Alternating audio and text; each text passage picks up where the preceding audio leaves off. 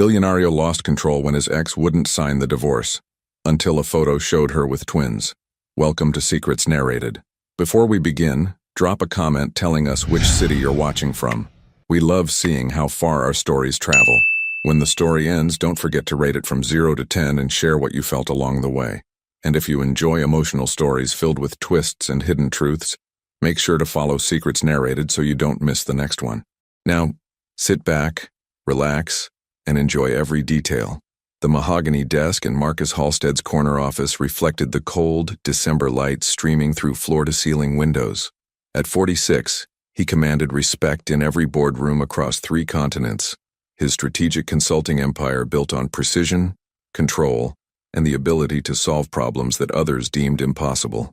But today, one problem remained stubbornly unsolved. Marcus loosened his charcoal tie, his steel-gray eyes fixed on the divorce papers that had been sitting unsigned for 3 weeks. The deadline loomed, December 31st. New year, new contracts, new image, clean slate. Mr. Halstead? His assistant's voice crackled through the intercom. Mr. Davidson is online too. Marcus pressed the button with more force than necessary. What's the update, Richard? His lawyer's sigh was audible even through the phone. She's postponed again. Says she needs more time to review the terms. More time?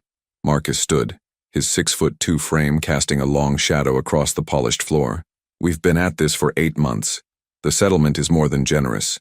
What could she possibly need to review? I don't know, Marcus. Maybe you should call her yourself.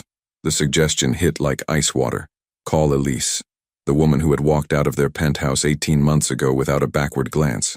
The woman who had systematically removed herself from his life as efficiently as she had once organized it.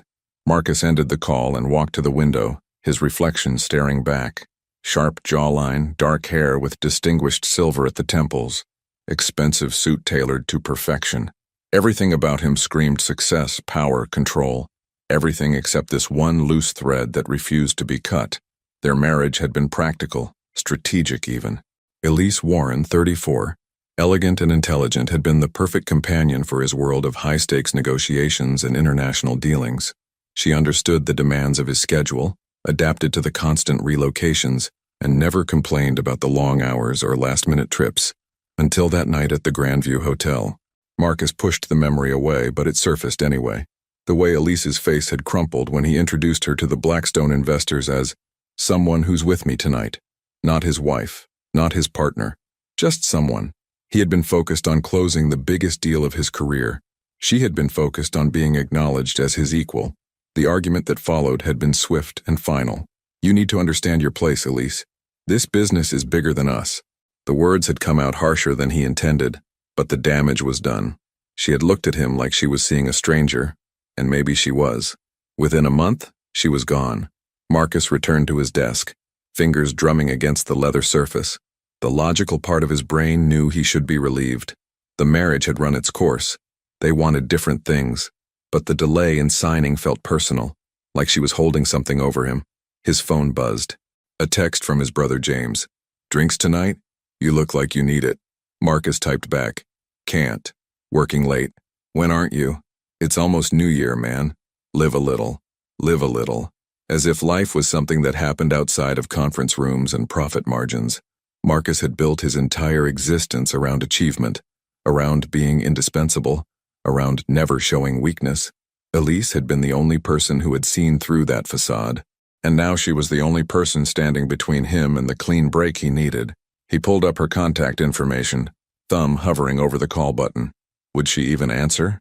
They hadn't spoken directly since the lawyers took over, communicating only through legal documents and formal procedures. But this was different. This was about control, about ending things on his terms. Marcus hesitated. Something about Elise's behavior didn't add up. She wasn't vindictive or manipulative.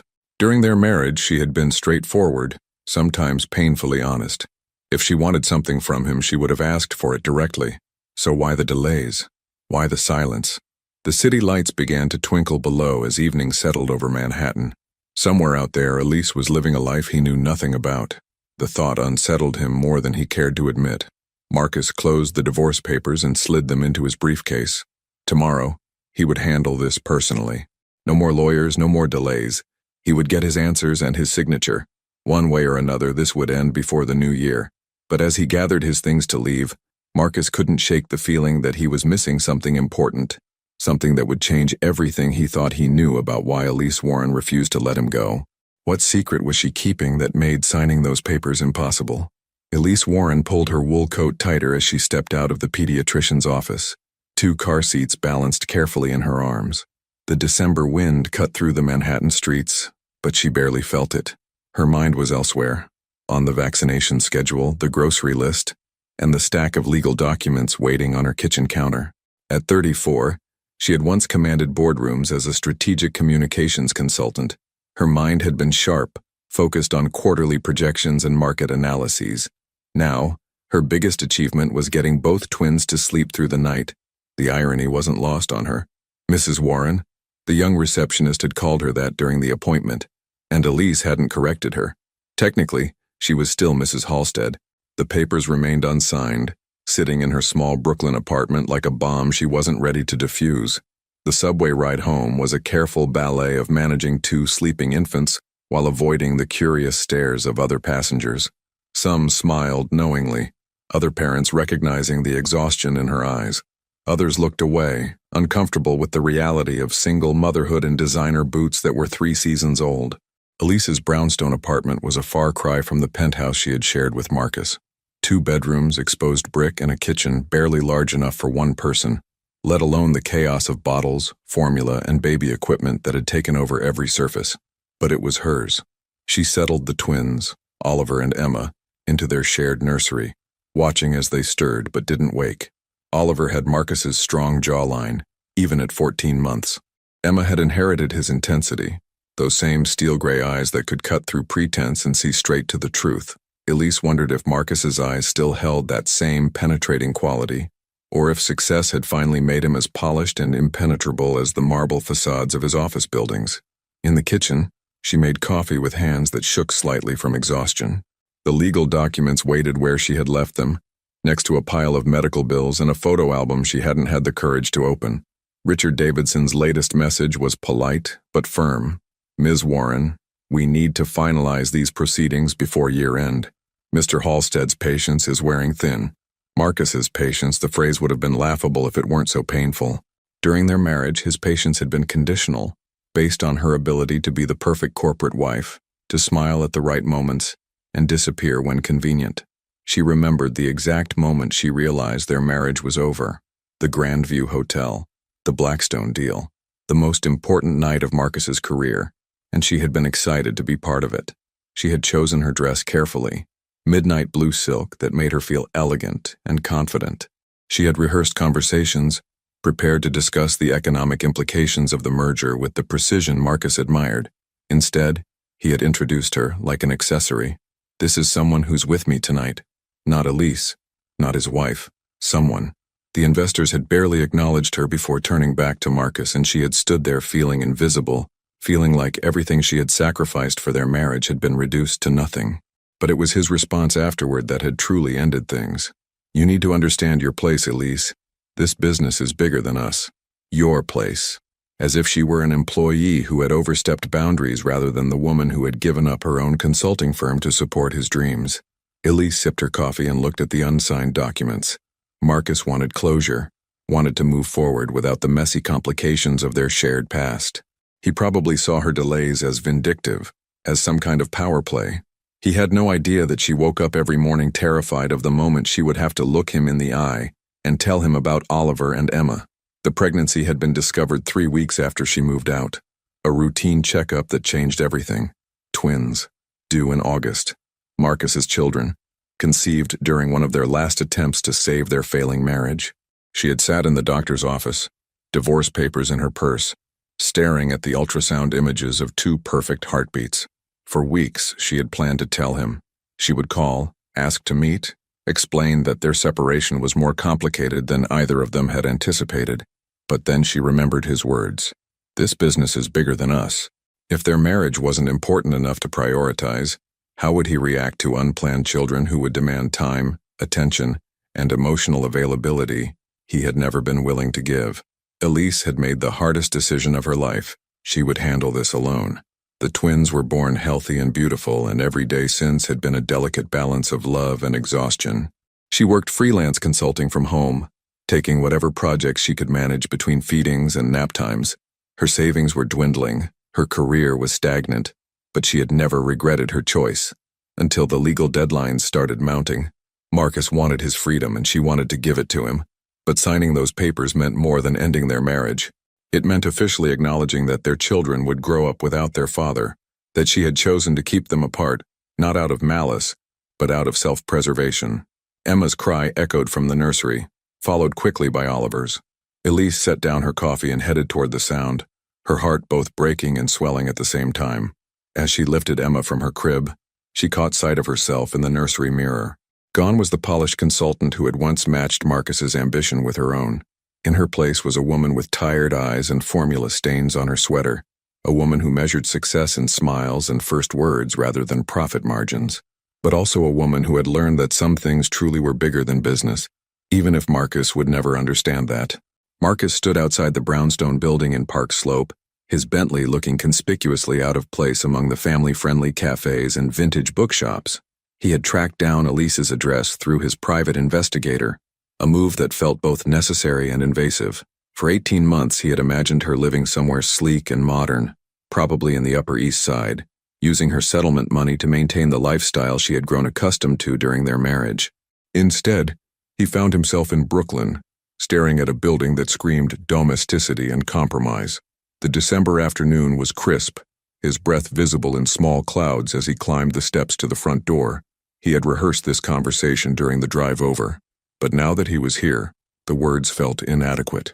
The building's lobby was small but well maintained, with mailboxes bearing handwritten labels.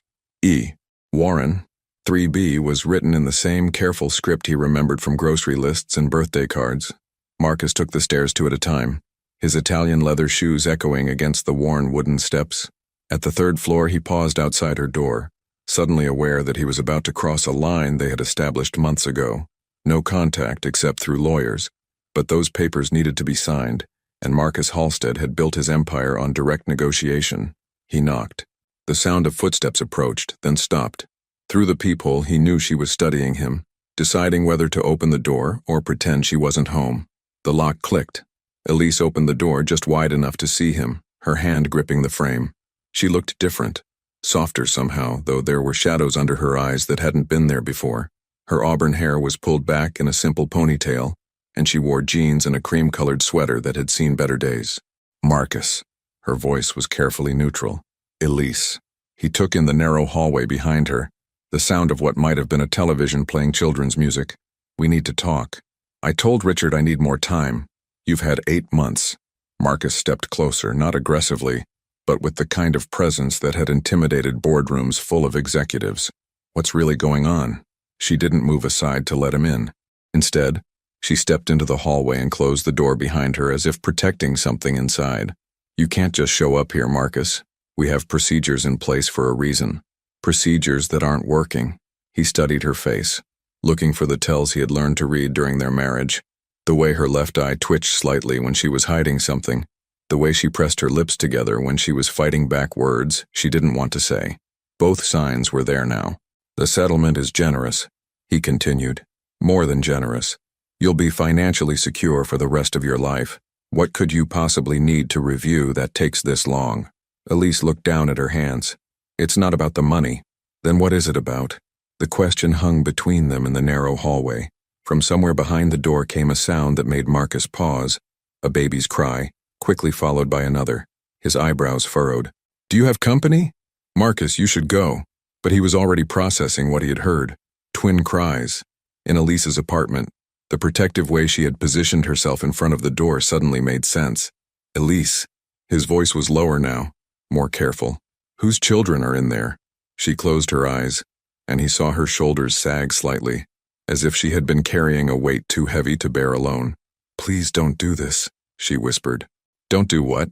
Ask questions about why my ex-wife is hiding something from me. They're not your concern. The words hit him like a physical blow, not his concern.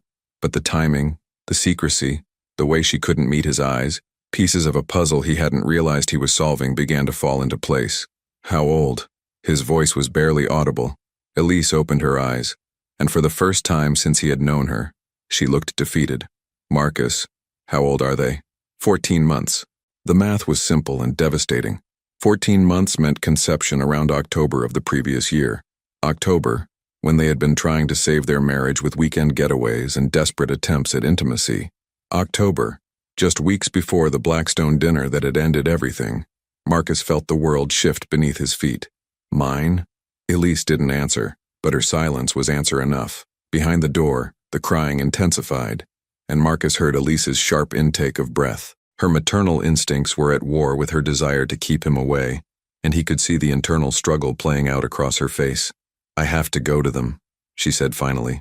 Elise, wait. But she was already opening the door, slipping inside, leaving him standing alone in the hallway with the magnitude of her revelation crushing down around him. Through the thin walls he could hear her voice, soft and soothing, comforting children he had never met. Children who were his. Marcus leaned against the wall, his carefully ordered world tilting off its axis. For 18 months he had believed their separation was clean, final, uncomplicated. He had moved forward with his life, his business, his plans for the future. He had never imagined that Elise had been raising his children alone while he demanded her signature on divorce papers. The crying stopped, replaced by Elise's gentle humming, a melody he didn't recognize but that seemed to reach straight through the door and into his chest. Marcus closed his eyes and tried to process what he had just learned. He was a father, had been a father for over a year without knowing it. While he had been building his empire and planning his clean break from the past, 2 children had been taking their first steps, saying their first words, growing up without him. The door opened again and Elise emerged with red-rimmed eyes. Now you know, she said quietly. Why? The word came out rougher than he intended. Why didn't you tell me? Elise looked at him with an expression he couldn't quite read. Part sadness, part resignation, part something that might have been pity.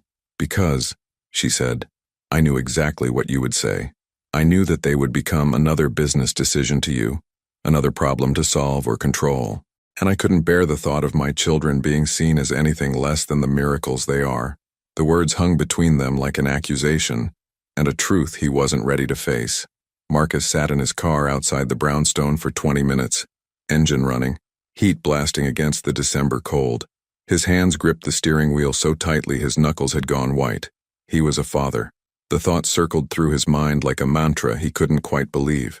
2 children, twins, had been living and breathing and growing while he negotiated contracts and traveled between cities, completely unaware that his DNA was shaping 2 small faces he had never seen. His phone buzzed. James again. Dinner at 8? Rebecca wants to meet you. Marcus stared at the text. His brother's life seemed suddenly foreign. Casual dinners, new girlfriends, the luxury of simplicity. How could he explain that in the span of 30 minutes his entire understanding of himself had shifted? He turned off the engine and walked back to the building. This time, when Elise opened the door, she didn't look surprised. Her eyes were puffy from crying, but her posture was straighter, as if the weight of her secret had been partially lifted. I thought you might come back, she said. I need to see them. The words came out more vulnerable than he intended. For a man who commanded billion-dollar deals, asking to meet his own children felt like begging. Elise studied his face for a long moment, then stepped aside. The apartment was smaller than his office bathroom, but it radiated warmth. Children's toys were scattered across a colorful rug, and the walls were covered with family photos, none of which included him. The scent of baby powder and something sweet, possibly applesauce, lingered in the air. They just woke up from their nap, Elise said quietly. They might be cranky. She led him toward a sunny room at the back of the apartment. Marcus followed, his heart hammering against his ribs in a way that reminded him of his first major presentation, except this felt infinitely more important and terrifying. The nursery was painted a soft yellow, with 2 cribs positioned side by side. Between them sat a rocking chair that looked like it had seen countless late-night feedings. Oliver, Elise called gently. Emma, come meet Daddy. The word hung in the air like a prayer and a question mark. 2 toddlers emerged from behind the cribs, where they had been playing with blocks. Marcus felt his breath catch in his throat. Oliver was unmistakably his son. The same strong jawline, the same dark hair that would probably turn wavy as he got older. the same serious expression Marcus wore when evaluating a complex problem. The boy looked at Marcus with curious steel-gray eyes that were like looking into a mirror. Emma was more delicate but equally recognizable.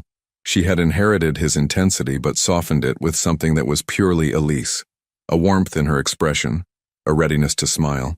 Her hair was lighter, more auburn like her mother's, but her eyes were the same shade of gray that had intimidated business rivals for 2 decades. "Hi," Marcus said, then immediately felt foolish. "What did you say to children you'd never met? What did you say to your children?" Oliver regarded him solemnly, then toddled over to where Marcus had crouched down.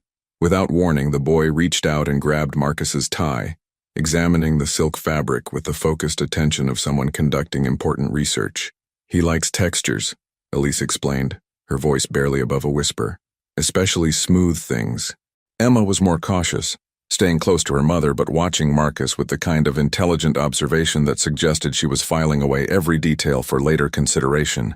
"Can I?" Marcus looked at Elise, unsure how to finish the question. "Of course. They're your children too."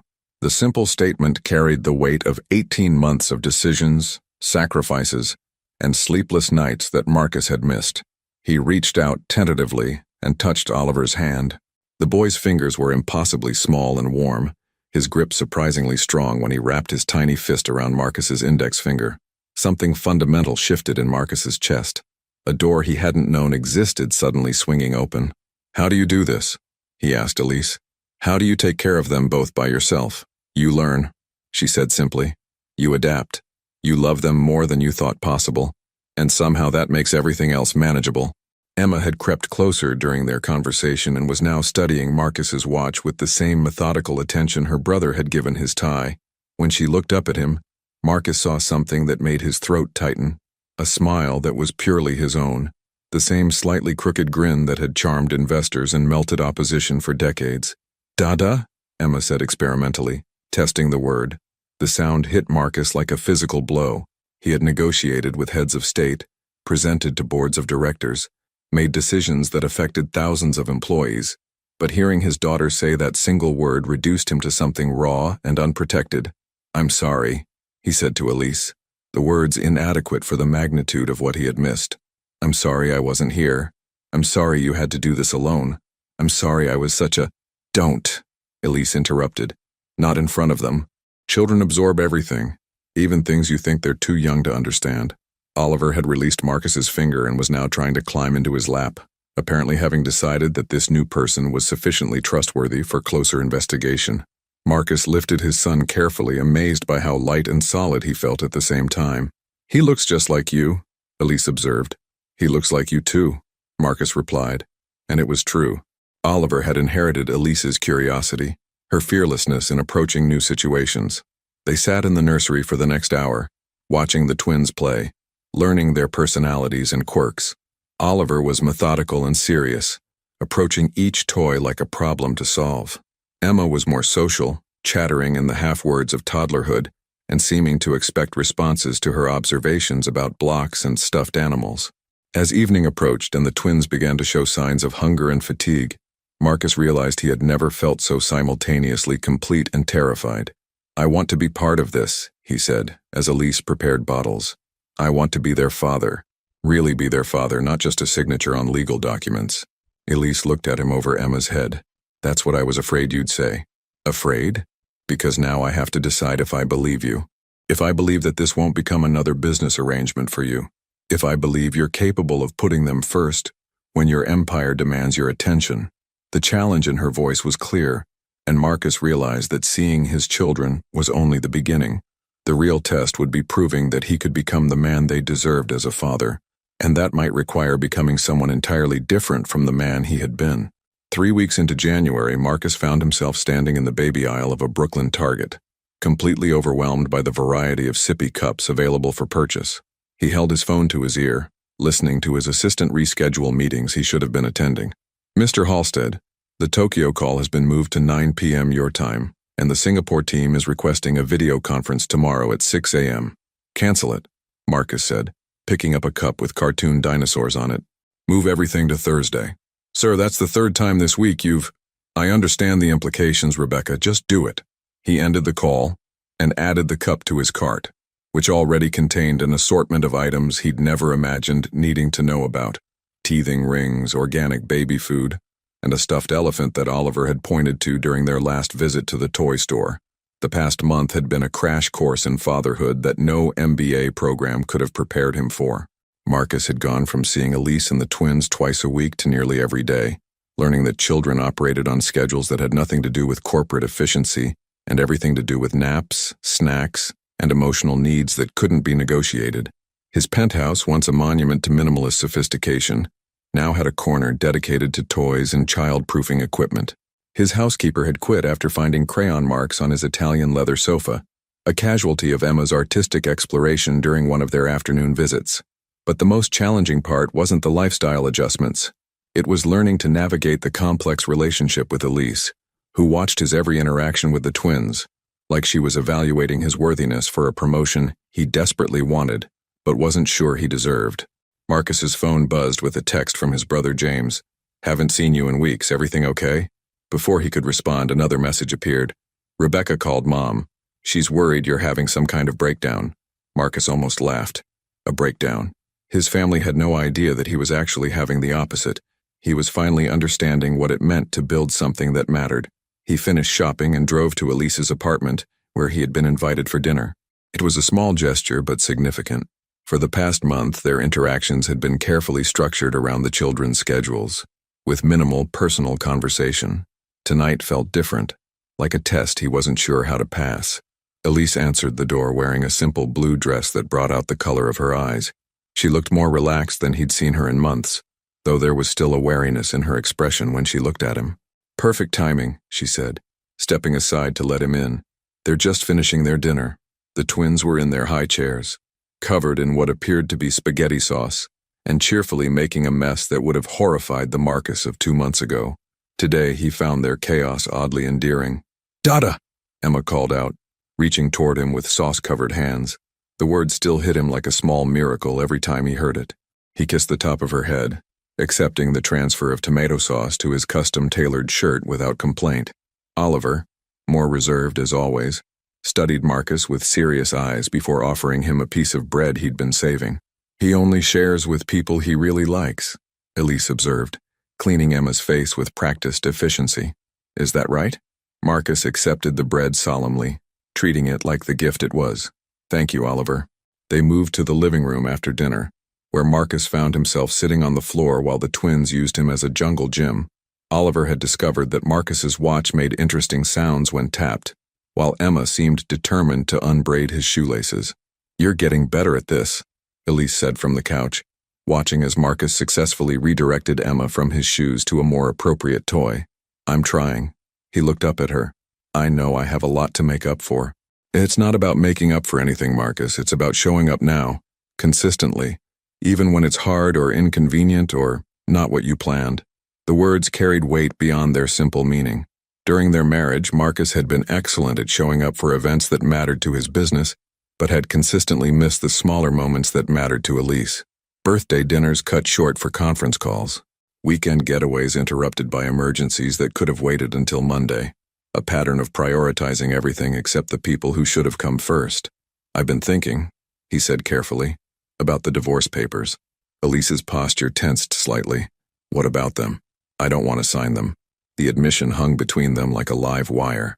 Emma had fallen asleep against Marcus's chest, her small body warm and trusting, and he adjusted his position carefully to avoid waking her. "Marcus, not because I want to trap you or complicate things," he said quickly, "but because I want to try. I want to see if we can be a family. Really be a family, not just co-parents who coordinate schedules." Elise was quiet for a long moment, watching Oliver stack blocks with the methodical precision he'd inherited from his father. "You left me once," she said finally. "Not physically, but emotionally. Long before I walked out of that penthouse. You chose your business over our marriage, over us, over everything that should have mattered." "I know. Do you? Do you really understand what it felt like to be invisible in your life? To feel like an accessory you could put on for important events and then forget about when something more interesting came along?" The pain in her voice was fresh, despite the months that had passed. Marcus realized that his absence during the twins' first year wasn't just time lost with his children. It was confirmation of every fear Elise had harbored about his priorities. "I can't go back to that," she continued. "I won't let Oliver and Emma grow up feeling like they have to compete with your empire for your attention. They won't have to." Marcus shifted Emma to his shoulder, where she settled with a small sigh. "I'm selling the consulting firm." Elise's eyes widened. "What?" "I've been working with investment bankers for the past 2 weeks. Blackstone is interested in acquiring the entire operation. It would give me liquid capital to start something smaller, more flexible, something that would let me be present for the things that matter. Marcus, you built that company from nothing. It's your life's work." "No," he said, looking down at Emma's peaceful face, then across at Oliver, who had abandoned his blocks to lean against Elise's legs. "This is my life's work. I just didn't realize it until now." The silence that followed was different from the tense quiet that had characterized most of their recent conversations. It felt like possibility, like the space between a question and an answer that could change everything. "I need time to think," Elise said finally. "I know. I'm not asking for an answer tonight. I'm just asking you to believe that I can become the man you and the children deserve, the man I should have been all along." As if sensing the importance of the moment, Oliver chose that instant to toddle over to Marcus and climb into his lap beside his sleeping sister. The weight of both children against his chest felt like the most important responsibility he'd ever been trusted with. And for the first time in his adult life, Marcus understood that success wasn't measured in dollars or deals, but in the trust of 2 small children who called him Dada, and the possibility of earning back the love of the woman who had given him the greatest gift of his life. 2 weeks later, Marcus sat in his attorney's office staring at documents that would dissolve everything he had spent 15 years building. Richard Davidson pushed his glasses up his nose and shuffled through the acquisition papers, with the careful attention of someone who couldn't quite believe what his client was proposing. "You understand that once you sign these, there's no going back," Richard said. "Blackstone is offering $8.2 billion for the firm, but they want complete control. You'll have a 5-year non-compete clause. You can't just rebuild if you change your mind." Marcus picked up his pen. "I won't change my mind. Marcus, be rational about this. You're 46 years old. This company is your legacy, your life's work. Are you really going to throw it all away for my family?" Marcus's voice was steady. "Yes." Richard sighed and opened another folder. "There's something else. The Blackstone deal comes with conditions. They want you to oversee the transition personally. 3 months in Singapore, minimum. Possibly 6. The pen stilled in Marcus's hand. "That wasn't in the original terms. It's in the fine print. They're paying premium for your expertise, but they want to ensure continuity. You'd be setting up their Asian operations, training their team. It's non-negotiable if you want the full valuation." Marcus felt something cold settle in his stomach. 3 months away from Oliver and Emma. 3 months of missing bedtime stories and first words, and all the small moments that he was just beginning to understand were the most important ones of all. There has to be another way. The next highest offer is $6 billion. Still requires overseas consultation, but only for 6 weeks. $2 billion. The difference was staggering, but Marcus found himself calculating it in terms of security for his children, college funds, the kind of stability that would let Elise pursue her own dreams without financial worry. "I need to think about it." "You have until Friday. After that, both offers expire." Marcus left the law office feeling like he was drowning. He had promised Elise he would be present, had sworn that his business days of putting everything else first were over. But this wasn't just about money. This was about securing their children's future in a way that his current assets, substantial as they were, couldn't match. He drove to Brooklyn, needing to see the twins, needing to ground himself in what mattered most. But when he arrived at Elise's building, he found her loading the twins into a cab. "Perfect timing," she said, though something in her expression suggested otherwise. "Emma's running a fever. We're going to the pediatrician." Marcus immediately moved to help, lifting Oliver while Elise secured Emma's car seat. But as they settled into the cab, he noticed that Elise seemed unusually tense, more worried than a routine fever should warrant.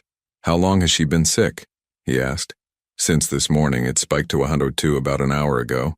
Emma was listless in her car seat, her usually bright eyes dulled with fever. She whimpered softly, and Marcus felt a panic he'd never experienced in any boardroom. "Should we be going to the emergency room instead?" Dr. Martinez said to bring her in. "She'll decide if we need to go to the hospital." Hospital. The word hit Marcus like a physical blow. In his corporate world, problems had solutions. Risks could be calculated and managed. But looking at his sick daughter, he realized how helpless he truly was when it came to the things that actually mattered. At the pediatrician's office, Marcus paced while Elise held Emma, whose fever had climbed to 103. Oliver, sensing the tension, clung to Marcus's leg and refused to be distracted by the waiting room toys. "Mr. and Mrs. Halstead?" A nurse appeared at the doorway. Marcus started to correct her, but Elise spoke first. "That's us." They were led into an examination room where Dr. Martinez, a kind woman in her 50s, began examining Emma with practiced efficiency. "Looks like an ear infection," she said after several minutes. "Common at this age, but painful. The fever should come down once we get her started on antibiotics." Marcus felt his knees nearly buckle with relief. "She's going to be okay? She'll be fine, but someone will need to monitor her closely for the next 48 hours. Wake her every few hours to check her temperature, make sure she's staying hydrated." After leaving the pharmacy with Emma's medication, they returned to Elise's apartment. Marcus helped get both children settled while Elise prepared the first dose of antibiotics. Emma fought the medicine, and it took both parents working together to coax her into taking it. "I should stay tonight," Marcus said as they cleaned up the kitchen. "Help monitor her temperature." Elise paused in loading the dishwasher. "You don't have to do that. I've handled sick children before, but you don't have to handle it alone anymore." The simple statement seemed to catch her off guard. For a moment, her carefully maintained independence wavered, and Marcus saw the exhaustion she'd been hiding. "Okay," she said quietly. "Thank you." They took turns checking on Emma throughout the night. At 2 a.m., Marcus found Elise sitting in the rocking chair, holding their daughter while she slept fitfully. The sight of them together, Elise's auburn hair falling across her shoulder, Emma's small hand gripping her mother's shirt, struck him as the most beautiful thing he'd ever seen. "Her fever's down to 101, Elise whispered. Marcus sat on the floor beside the chair. "You're an amazing mother." "I'm terrified most of the time," she admitted. "Every fever, every fall, every time they're too quiet or too fussy. I'm afraid I'm doing something wrong." "But you're not. Look at them, Elise. Look at how happy and confident they are." "You did that. We did that," she corrected softly. "Even when you weren't here, you were part of them. Emma has your stubbornness when she doesn't want to take medicine. Oliver has your way of studying problems until he figures them out." They sat in comfortable silence, watching their daughter sleep. Outside, snow began to fall, creating a cocoon of quiet around them. "Marcus," Elise said eventually, "I've been thinking about what you said, about trying again." His heart stopped. "And? I'm scared, not of you, but of hoping for something and having it fall apart again, of letting the children get attached to the idea of a family, and then having to explain why Daddy's too busy for them." Marcus took a deep breath. This was the moment of truth, and he hadn't even told her about the Singapore complication yet. "There's something I need to tell you about the sale." Elise's body tensed. "What?" "The best offer requires me to oversee operations in Singapore for 3 months, maybe 6. The words hung between them like a death sentence. Marcus watched as every fear she'd expressed about his priorities played out across her face. 3 months, she repeated flatly. "I don't have to take it. There's another offer. Lower, but how much lower? 2 billion less." Elise closed her eyes. "So you're already calculating whether we're worth $2 billion to you." "That's not, Elise, that's not what this is about.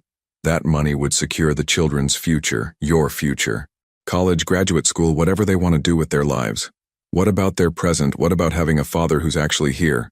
Emma stirred in her mother's arms, and they both fell silent, but the tension in the room was suffocating. "I don't know what to do," Marcus admitted. "Every choice feels like I'm failing someone." Elise stood up carefully, settling Emma back into her crib. When she turned to face Marcus, her expression was resolute. "Then maybe that's your answer," she said quietly. "Maybe the fact that you're even considering leaving for 6 months proves that you haven't really changed at all."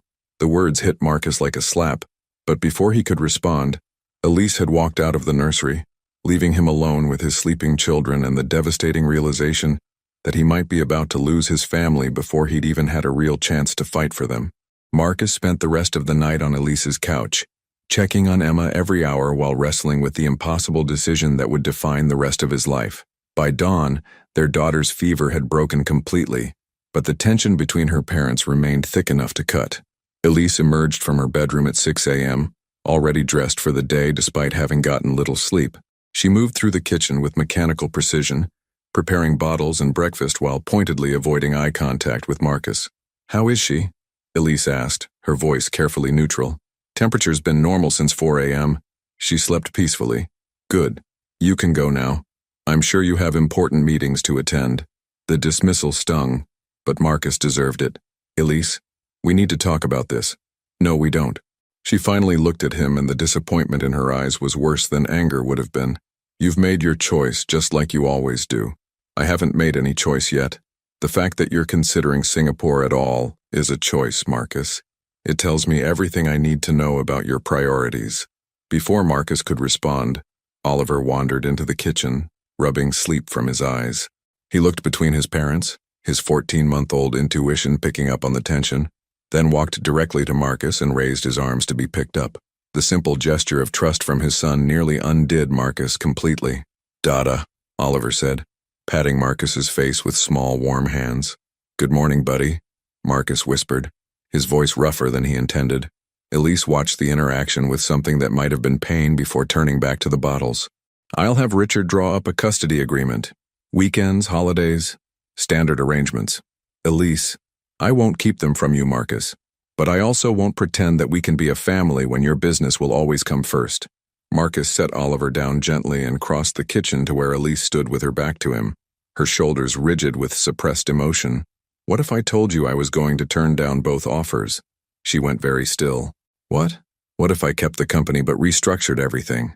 Sold off the international divisions, focused only on domestic consulting. It would be smaller, less profitable, but it would let me stay." Elise turned slowly, her expression guarded. "You'd give up $8 billion? I'd give up anything for this. For you. For them." For a moment, hope flickered in her eyes, but then her practical side reasserted itself. "And what happens in 5 years when you resent us for costing you your empire? What happens when another opportunity comes along that's too good to pass up? That won't happen. You can't know that." Her voice broke slightly. "People don't change overnight, Marcus. Especially not people who've spent their entire adult lives defining themselves by their achievements."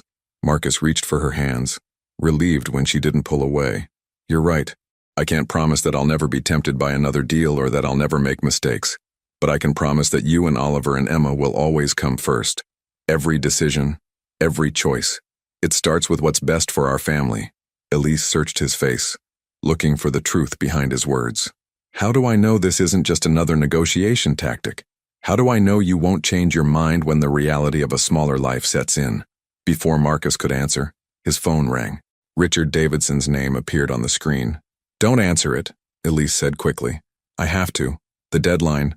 If you answer that phone right now, while we're having this conversation, then you've already given me my answer." Marcus looked at the phone, then at Elise, then at Oliver, who was playing contentedly at their feet, completely unaware that his father's decision in the next 30 seconds would shape the rest of his life. Marcus declined the call and turned off his phone. "What does that prove?" Elise asked, though her voice was softer now. "It proves that this conversation is more important than any business deal. It proves that you're more important. One phone call doesn't erase a pattern, Marcus. Then let me show you. Not with words, but with actions. Every day, for as long as it takes." Emma's cry echoed from the nursery, and Elise started to move toward the sound. But Marcus caught her arm gently. "Let me," he said. He found Emma standing in her crib, fully recovered from her fever and apparently ready to start the day.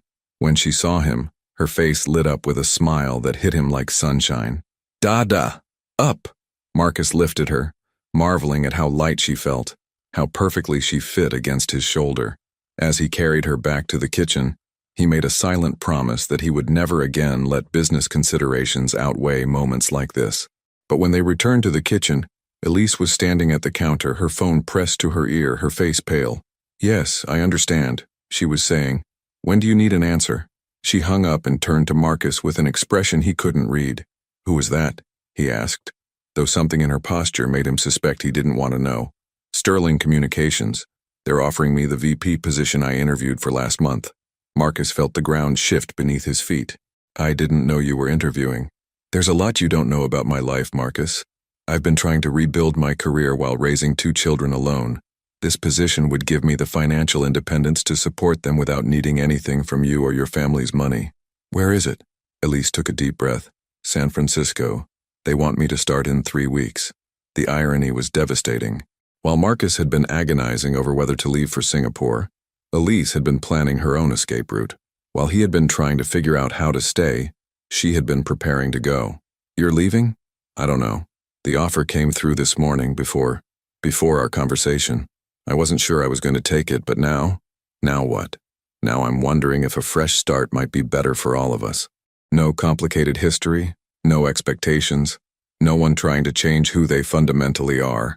Emma squirmed in Marcus's arms, reaching for her mother, and he handed her over with hands that weren't quite steady. So that's it? He asked. You're going to take the children 3,000 miles away rather than give us a chance? I'm going to do what's best for them. What's best for me? Oi, and I don't get a say in that decision? You get the same say I got when you were considering Singapore, Elise said quietly, which is to say, none at all. Marcus's phone, which he had forgotten was turned off, suddenly buzzed back to life with a series of missed calls and urgent messages. The deadline for his decision was in 4 hours, and Blackstone was demanding an immediate response. I have to go, he said, hating the words even as he spoke them. Of course you do. This isn't over, Elise. Maybe it should be. As Marcus kissed Oliver and Emma goodbye, he realized that he was facing the most complex negotiation of his life, one where everything he had ever wanted was on the line, and traditional business tactics would only make things worse. He had 4 hours to save his company or save his family. But as he walked out of Elise's apartment, Marcus suspected that he might not be able to save both. Marcus sat in his car outside Elise's building for 10 minutes, staring at his phone as missed calls and urgent messages poured in. Richard Davidson had called 7 times. Blackstone's representatives were threatening to withdraw their offer if they didn't hear from him within the hour.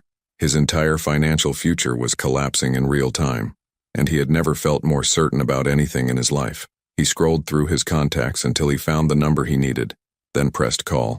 James, I need your help with something, and I need it now.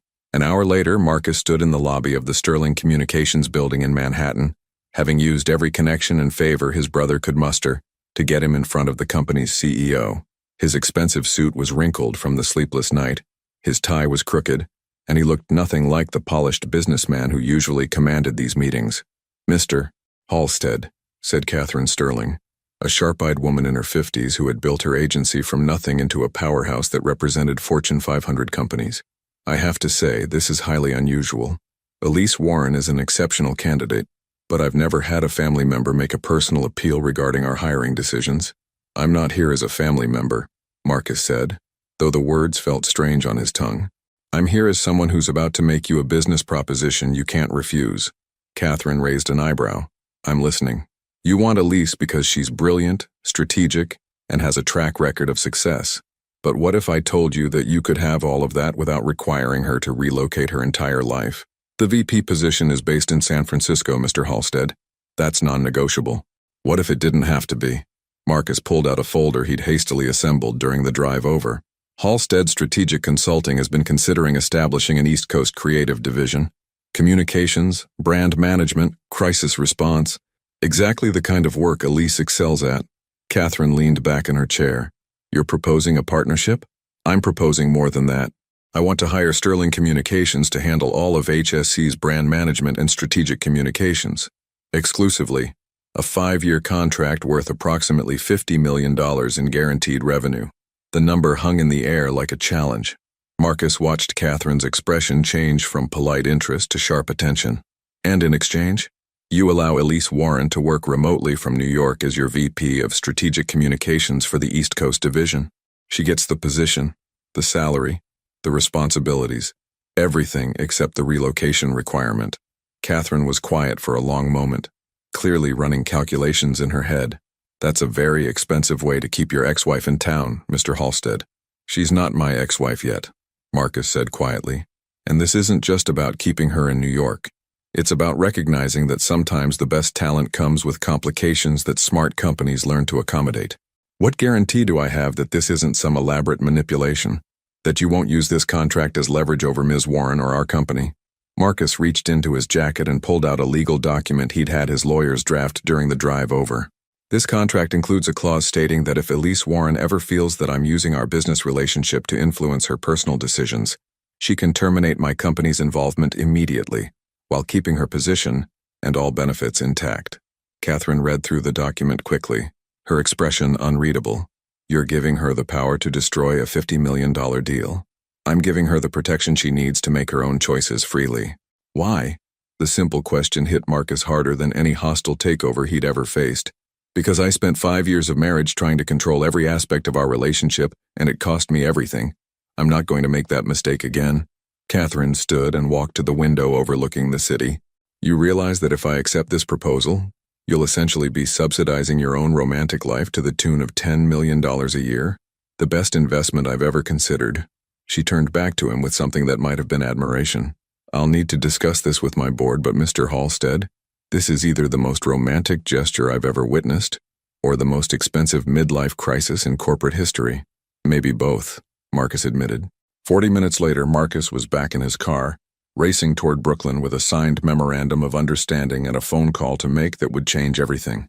He pulled over 3 blocks from Elise's apartment and dialed Richard Davidson. Marcus, thank God. Blackstone is furious. If you don't confirm within the next 20 minutes, tell them no. Silence. I'm sorry. What? Tell Blackstone that I'm declining their offer. Tell them I'm keeping my company. Marcus, you're making a mistake. This is $8 billion we're talking about. Richard. Marcus's voice was calm, final. I'm not selling. I'm restructuring. But I'm not selling. And I need you to draw up paperwork for a new strategic partnership with Sterling Communications. $50 million over 5 years. Have you lost your mind? Probably. But I found something more valuable than money.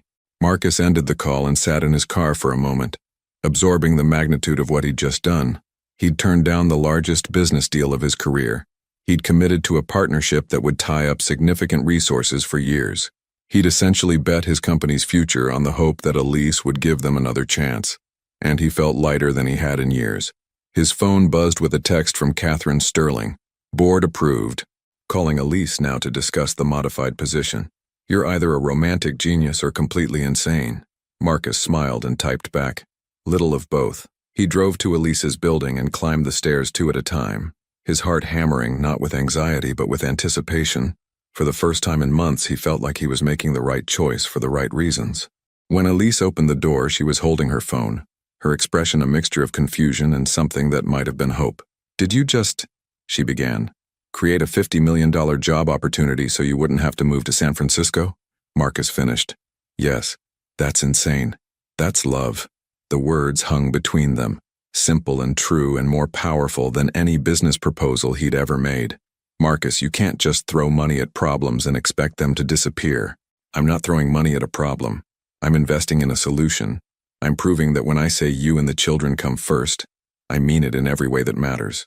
Elise stepped aside to let him in, and Marcus could see Oliver and Emma playing in the living room, their laughter filling the small apartment with warmth and life. You turned down Singapore, she said. It wasn't a question. I turned down everything. The sale, Singapore, all of it. I'm keeping the company, but I'm restructuring it around what matters most. Which is? Marcus looked at his children, then back at the woman he'd never stopped loving, even when he'd been too blind to show it. This, he said simply. All of this. Everything I almost lost because I was too stupid to realize I already had everything I needed. For the first time in months, Elise smiled, really smiled, and Marcus felt like he could breathe again. 3 weeks later, Marcus found himself in an unexpected place, sitting on the floor of Elise's living room at 7 a.m., covered in finger paint, and listening to Oliver attempt to teach him the correct way to build a block tower. No, Dada, Oliver said with the patient exasperation of a 15-month-old who clearly knew better. Big one down. Marcus dutifully placed the larger block at the bottom, marveling at how his son's engineering instincts were already more advanced than some of the consultants he'd worked with over the years. Elise emerged from the kitchen with coffee and a smile that was becoming more frequent but still held traces of caution. The past few weeks had been a careful dance between them, moments of warmth interrupted by uncertainty, progress followed by setbacks as they both struggled to believe that this time might be different. Sterling called this morning, she said, settling onto the couch with Emma, who was contentedly destroying a board book about farm animals. The East Coast division is exceeding all projections. They want to discuss expanding my role. That's amazing. Marcus meant it. though he was still learning to celebrate Elise's successes without immediately thinking about how they might affect his own plans. They also mentioned that having your company as a foundational client has opened doors they never expected. 3 Fortune 500 companies have reached out about similar arrangements. Marcus looked up from his block tower, which Oliver had deemed satisfactory enough to begin decorating with toy cars. Are you worried about the partnership becoming too successful? I'm worried about you thinking you bought my forgiveness. The honesty hit Marcus like cold water. They'd been dancing around this conversation for weeks, but Elise's directness forced them to finally address the elephant in the room. Did I? He asked quietly. Elise was quiet for a moment, watching Emma attempt to fit a square block through a round hole with the determined persistence she'd inherited from both her parents. No, she said finally, but you did buy me time. Time to see if you really meant what you said about changing. Time to see if you could love us more than you love winning. And what's the verdict? Instead of answering directly, Elise stood up and walked to the window where she could see Marcus's new car parked outside. A practical SUV with car seat anchors and space for strollers. A far cry from the luxury vehicles he'd always preferred. Yesterday you turned down a meeting with potential investors because it was during Emma's nap time, she said. 2 weeks ago you canceled a dinner with the Japanese delegation because Oliver had a doctor's appointment. Last week, you spent 3 hours on the phone with your restructuring team because you wanted to make sure none of your employees would lose their jobs during the transition. Marcus joined her at the window. Those all seem like normal decisions. They are normal. That's what makes them extraordinary coming from you. She turned to face him, and Marcus saw something in her expression he hadn't seen since the early days of their relationship. Trust, fragile, but genuine. I'm starting to believe that the man I fell in love with isn't gone, she continued. He was just buried under years of thinking that love meant providing rather than being present. I want to be present, Marcus said. For everything. First steps, first words, first days of school. I don't want to miss anything else. What about first heartbreaks, first failures? The moments when parenting is hard and thankless and nothing like the business world where problems have clear solutions. Marcus considered this seriously. Those especially. I want to be the person they come to when the world doesn't make sense. I want to be the father who teaches them that failure isn't the end of the story. It's just the beginning of the next chapter. Emma chose that moment to toddle over to them, having apparently solved the shape-sorting puzzle through the advanced technique of hitting it until the pieces fit. She held up her arms to Marcus, who lifted her without thinking. "Data fix," she announced, pointing to her toy. "You fixed it yourself," Marcus told her. "You're brilliant. Like Mama," Emma declared with the certainty of someone who had clearly been told this before. "Like Mama," Marcus agreed, catching Elise's eye over their daughter's head. That afternoon they took the twins to Prospect Park, a routine that had become precious to Marcus in ways his younger self never could have understood. Watching Oliver chase pigeons with single-minded determination while Emma provided running commentary on every dog they encountered felt more valuable than any deal he'd ever closed. "I have something to tell you," Elise said as they sat on a bench while the twins played in a fenced toddler area. Marcus felt his stomach clench. Despite the progress they'd made, he still braced himself for bad news, for some sign that his efforts weren't enough. "I called a lawyer yesterday," she continued. Marcus's heart stopped. "About custody? About the divorce papers?" The words hung between them like a challenge.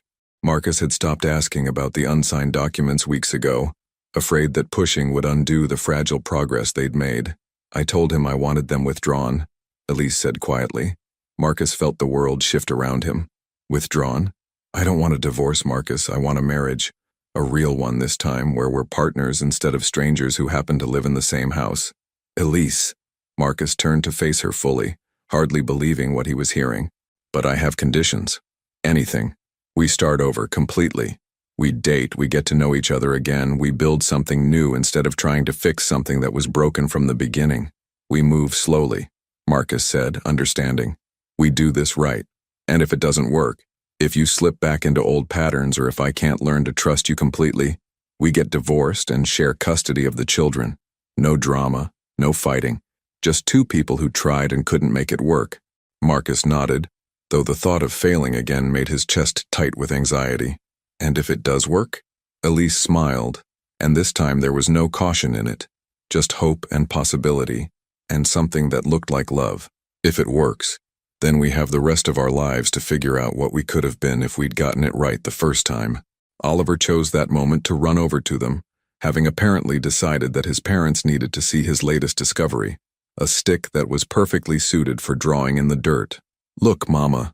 Look, Dada," he announced, beaming with pride, as Marcus watched his son show off his treasure, then looked at Emma, who was carefully arranging leaves into what appeared to be a very important pattern, and finally, at Elise, who was watching their children with the same amazed love that Marcus felt overwhelming him every day.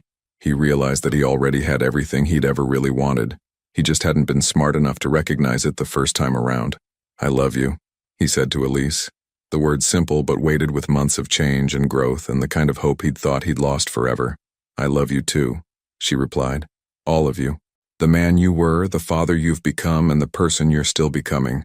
As they gathered up toys and children and headed home together, really together, for the first time in almost 2 years, Marcus felt something he hadn't experienced since the day the twins were born, the absolute certainty that he was exactly where he belonged. 6 months later, Marcus stood in the nursery of his renovated penthouse, watching Elise help Oliver and Emma explore their new bedroom. The space bore no resemblance to the cold, minimalist apartment he'd once called home. Warm colors, soft fabrics, and child-safe everything had transformed it into a place where laughter echoed off the walls and family photos covered every surface. The twins, now 20 months old and impossibly more verbal, were conducting a serious inspection of their new toys. Oliver had claimed the bookshelf as his domain, methodically removing each book to examine it before carefully replacing it in a different order. Emma had discovered that the rocking chair made delightful squeaking sounds when she pushed it back and forth. "What do you think?" Marcus asked Elise, who was hanging the last of their children's artwork on the wall. "I think," she said, stepping back to admire a particularly abstract finger painting that Emma had created, "that this feels like home." The word carried weight they both understood. For months they had been building toward this moment, not just the physical move, but the emotional journey of becoming a family. They had dated like teenagers, stealing quiet dinners after the twins were asleep. They had attended couples therapy, working through years of miscommunication and misplaced priorities. They had learned to fight fairly and love completely. Most importantly, they had learned to be partners. "Dada, look!" Oliver appeared at Marcus's side, holding up a picture book about construction vehicles. "Trucks. Very impressive trucks," Marcus agreed, settling onto the floor to examine the book properly. This was a ritual he'd learned to treasure, Oliver's systematic review of every piece of literature that entered his sphere. Emma abandoned her rocking chair project and toddled over to join them, climbing into Marcus's lap with the confidence of a child who had never doubted her welcome there. "Story, Dada. Which story would you like?" "Princess story," Emma declared, while Oliver simultaneously requested, "Truck story. How about a story about a princess who drives trucks?" Marcus suggested, earning delighted giggles from both children. As he launched into an improvised tale about Princess Emma and her trusty truck driver brother Oliver, Marcus caught Elise watching them with an expression of complete contentment. She had been right to insist they start over, right to demand that he prove his commitment through actions rather than words. The past 6 months had been the hardest and most rewarding of his life. Restructuring his company had been complex, but learning to restructure his priorities had been revolutionary. He still worked long hours, but they were hours that fit around family dinners and bedtime stories. He still traveled for business, but never for more than 3 days at a time, and always with video calls home that featured 2 small faces pressed against a phone screen. And then Princess Emma used her magical truck to build a bridge to the moon, Marcus concluded his story, where she and Prince Oliver lived happily ever after, with all the other truck-driving princesses. "More," both children demanded in unison. After dinner, Elise intervened, appearing with a bottle for Emma and a sippy cup for Oliver. "We still need to finish unpacking, and someone needs to check that all the baby-proofing is working properly." As if summoned by the mention of baby-proofing, Oliver immediately made a beeline for the electrical outlet covers, apparently viewing them as a puzzle that needed solving. Emma, meanwhile, had discovered that the safety latches on the dresser drawers made interesting clicking sounds. "I'll take point on Oliver," Marcus said, scooping up his son before he could successfully remove the outlet cover. "You handle our future locksmith." They spent the next hour in the comfortable chaos of family life, redirecting curious toddlers, unpacking the last boxes, and marveling at how quickly the twins adapted to their new environment. By evening, when the children were finally asleep in their new cribs, Marcus and Elise found themselves alone in the living room for the first time all day. "No regrets?" Elise asked, curling up next to him on the couch they'd chosen together. Soft enough for children to play on, elegant enough for the rare occasions when they entertained adults. "About which part? Restructuring my entire life? Moving you and the children into my space, or agreeing to co-host your mother's visit next weekend?" "All of the above." Marcus pulled her closer, still amazed that he was allowed this. The simple pleasure of holding the woman he loved while their children slept safely down the hall. "No regrets," he said firmly. "Even about your mother's visit." "Liar." "Okay, maybe some concerns about your mother's visit, but no regrets about anything else." Elise was quiet for a moment, and Marcus could sense that she was building up to something important. "I have something for you," she said finally, reaching for an envelope on the coffee table. Marcus recognized the legal stationery immediately. "Elise, open it." With hands that weren't quite steady, Marcus opened the envelope and pulled out a single document. It wasn't what he'd expected.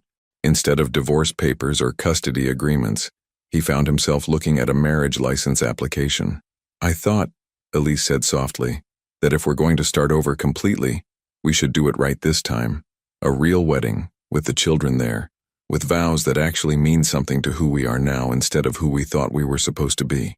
Marcus stared at the paper, overwhelmed by the simple beauty of what she was proposing. Their first wedding had been a corporate event disguised as a celebration, all elegant surfaces and careful orchestration. The idea of marrying Elise again, this time with full knowledge of what marriage actually required, felt like the most important business deal he'd ever been offered. "Are you proposing to me?"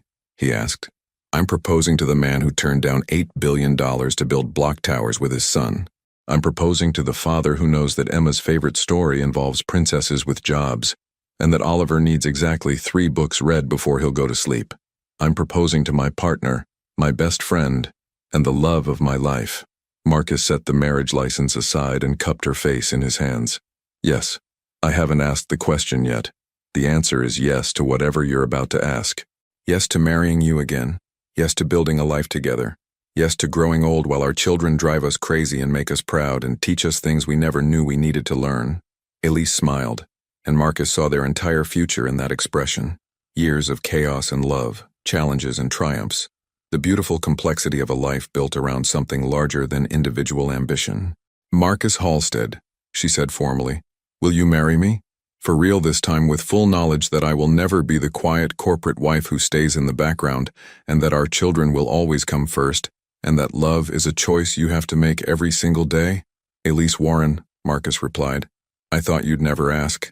When they kissed, it tasted like promises they were finally ready to keep, and dreams they were brave enough to build together. From down the hall came the soft sound of Emma talking to her stuffed animals and Oliver's gentle snoring, and Marcus thought that this perfect, chaotic, complicated life was worth more than any empire he could ever build. Outside, New York City hummed with the endless energy of people chasing their dreams, but inside their home, Marcus had already found everything he'd been searching for without even knowing it.